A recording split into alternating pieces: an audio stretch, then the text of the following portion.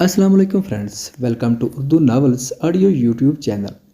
पेश खिदमत है उर्दू नावल यार दिलबरम। राइटर का नाम राहिला खान। तो आइए नावल शुरू करते हैं। यार दिलबरम। महद बेटा मैं बस।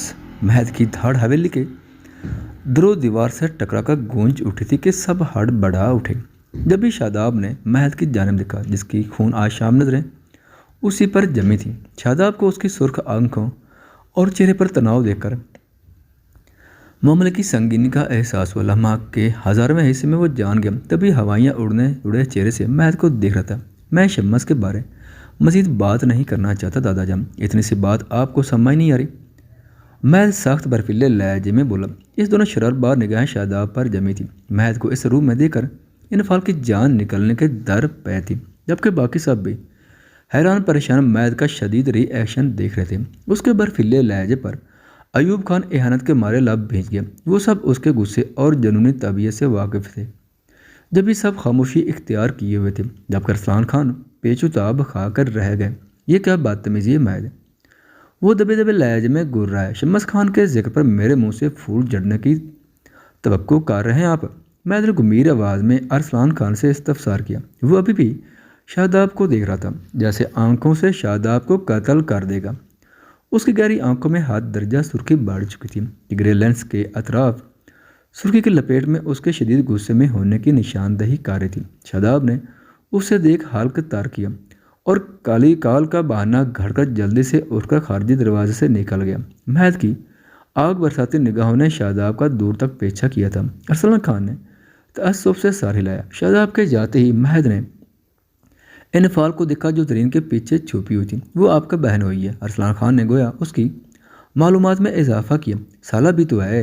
महद ने हनूस लहजा बरकरार रखते कहा, और अपने बाप को शम्मस के हवाले से एक और रिश्ता जतलाया।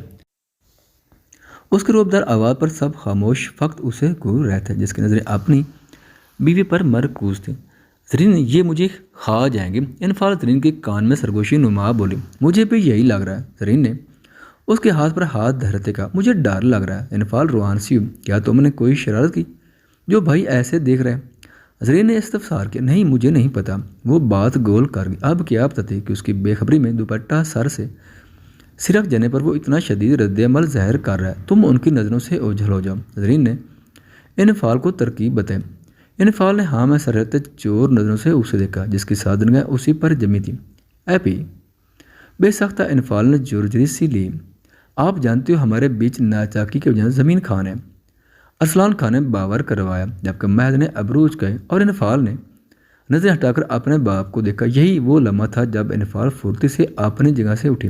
तो क्या दादा जान के भाई अयूब खान और उनके बेटे ज़बीउल्लाह उस बात से ना वाकिफ़ थे जो मेरे दादा और चचा दिलावर खान तबरेज़ खान को भरे मजमे में रसवा किया और बगैर मशवरा की उनको आपने ही नवासी वनी में देने की पेशकश कर डाली थी, जबकि वो भूल गए थे कि वो तबरेज़ खान की बेटी है और दिलावर खान की पोती है, जिसका फैसला भी उन्हें ही करना था। और ये अच्छी तरह जानते थे कि पैदा होते ही उनकी नवासी को दादा जान ने मेरे नाम से मनसूब कर दिया था, भले ही उनकी नवासी इनफाल से मुझे चेड़ थी, पर थी वो मेरे नाम। उनकी इस गलती ने हमें कितना कुछ फेस करवाया। महद की गंभीर रूबदार तैश से भरपूर आवाज़ में कहे अल्फाज ने सबको लाजवाब कर दिए थे कि सब बड़े सांस रुके महद अरसलान खान का हर्फ बरफ सुनते माजी में कहीं खो गए थे। महद ने निगाहों का जाविया बदल कर लाउंज से निकलती इनफाल को देखा, जो तेज से जिन्हें चढ़ती जा रही थी। यकलख्त उसके होंठों पर तबस्सुम फैलकर मादूम हो गया। मुझे कुछ ज़रूरी काम है। वो एक नज़र उनको देखकर अपनी जगह से उठा। बेटा डिनर करके जाना। उसको उठते देख शहज़ादा बेगम प्यार से बोली। डिनर तब खाऊंगा जब आपकी बेटी मेरे लिए स्वीट डिश बनाएगी। महद ने कदरे ऊंची आवाज़ में कहकर इनफाल के कदम जकड़े थे। वो कदम रोके वहीं जाम सी गई थी, जबकि महद की यूं बेदरक फरमाइश करने पर सब छुड़ी पार्टी ने यकज़बान ओ का नारा बुलंद किया था, जिसे महद की सर्द नज़रों से घूरने पर हल्क में दबने पर मजबूर कर दिया। ठीक है बेटा, मैं अभी बनवाती। इनफाल मेरे साथ किचन में आओ। शहज़ादा बेगम ने इनफाल को आवाज़ दी। इनफाल ने मुड़कर महद को देखा, जो लाउंज पार कर गया था। मोरे मैं नहीं बना रही। इनफाल झंझलाए। ऐ लड़की खबरदार, जो ना कही तो चले जाओ और बनाओ मेरे पोते के लिए। तुम्हें इतना कुछ सिखाया किस लिए है जो ईश्वर की फरमाइश पूरी नहीं करोगी? खानम बी ने आंखें दिखाई और वो गुब्बारे की तरह मुंह फुलाकर चिमटी की रफ्तार से सीढ़ियां उतरने लगी।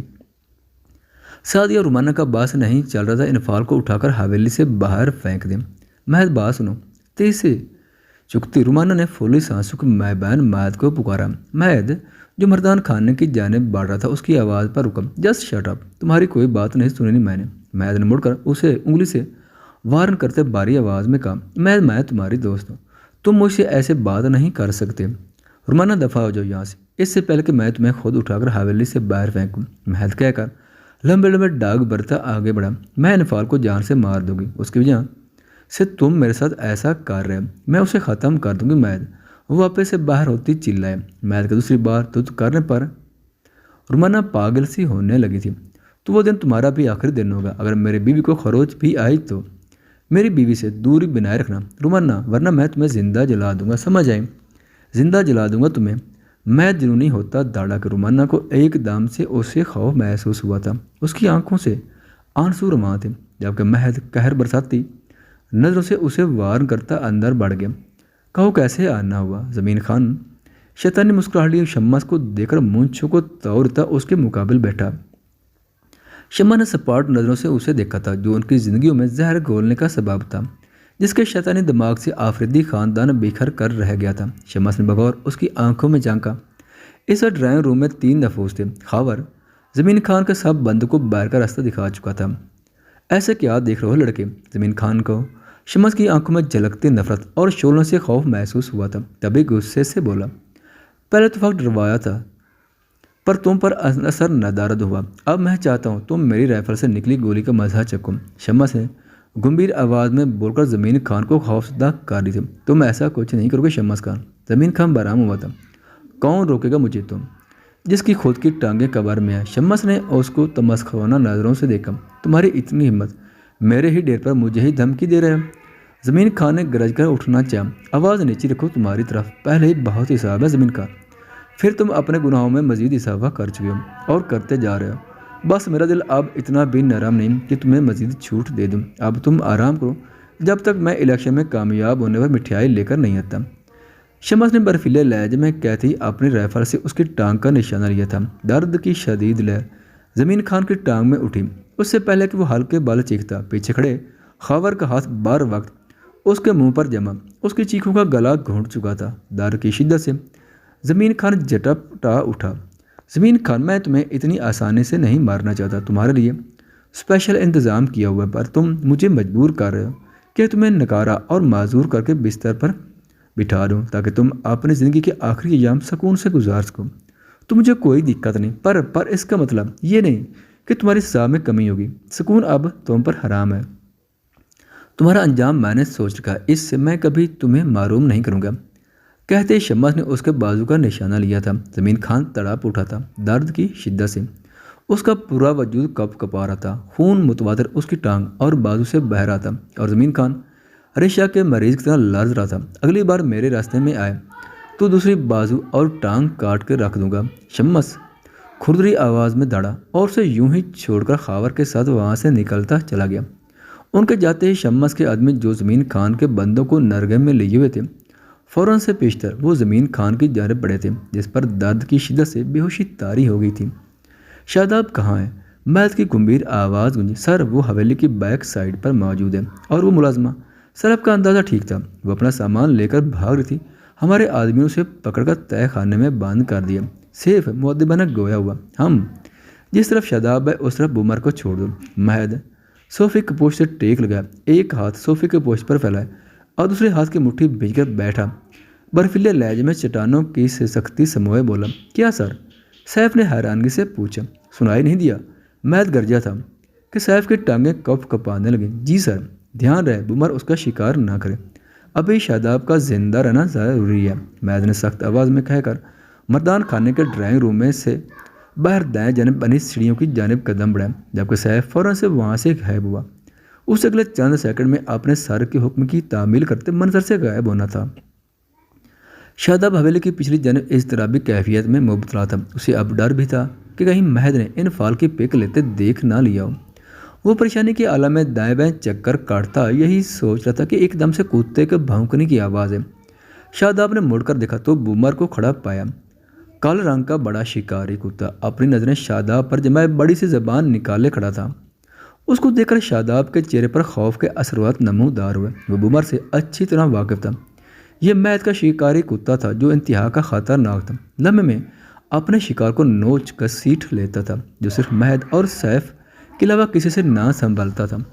इन दोनों के अलावा बूमर को हर एक में अपना शिकार नजर आता था। ये इतना खतरनाक और वफादार था कि महद के एक इशारे पर ही वो अपने शिकार पर झपट पड़ता था और महद के रोकने पर दूर हो जाया करता था। महद ने बूमर के अपने दुश्मनों के लिए रखा हुआ था। महद ने जंगल से बूमर को पकड़ा था। उस वक्त बूमर बहुत छोटा था, पर फिर भी बहुत खतरनाक था।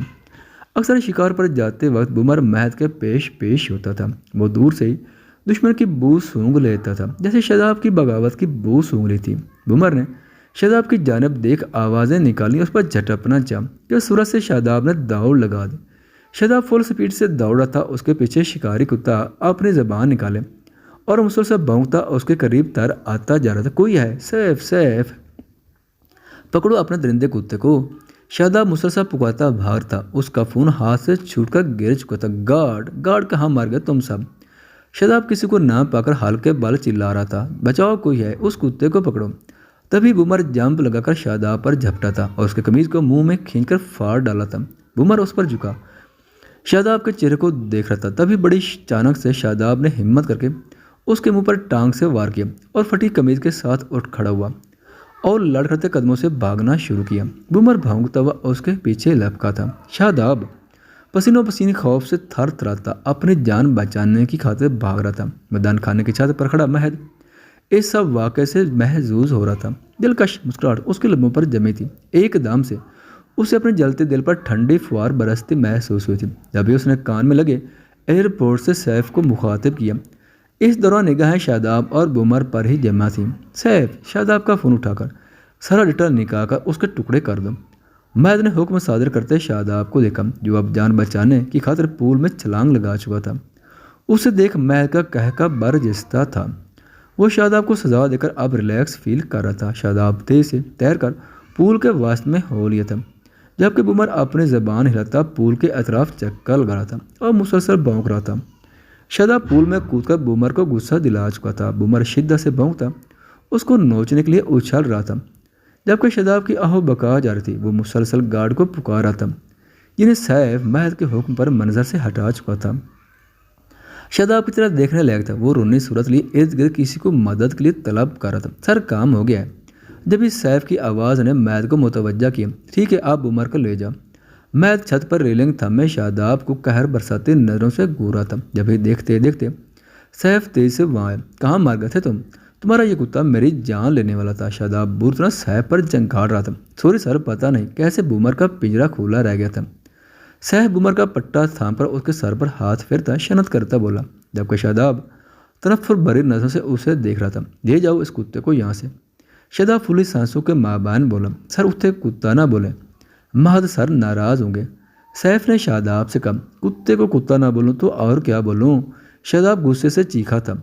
तभी बूमर की गुस्सा भरी आवाज़ गूंजी। शायद वो भी शादाब का लफ्ज़ कुत्ता सुन चुका था, जो कि उसे भी पसंद ना आया था। बूमर बूमर बोले सर।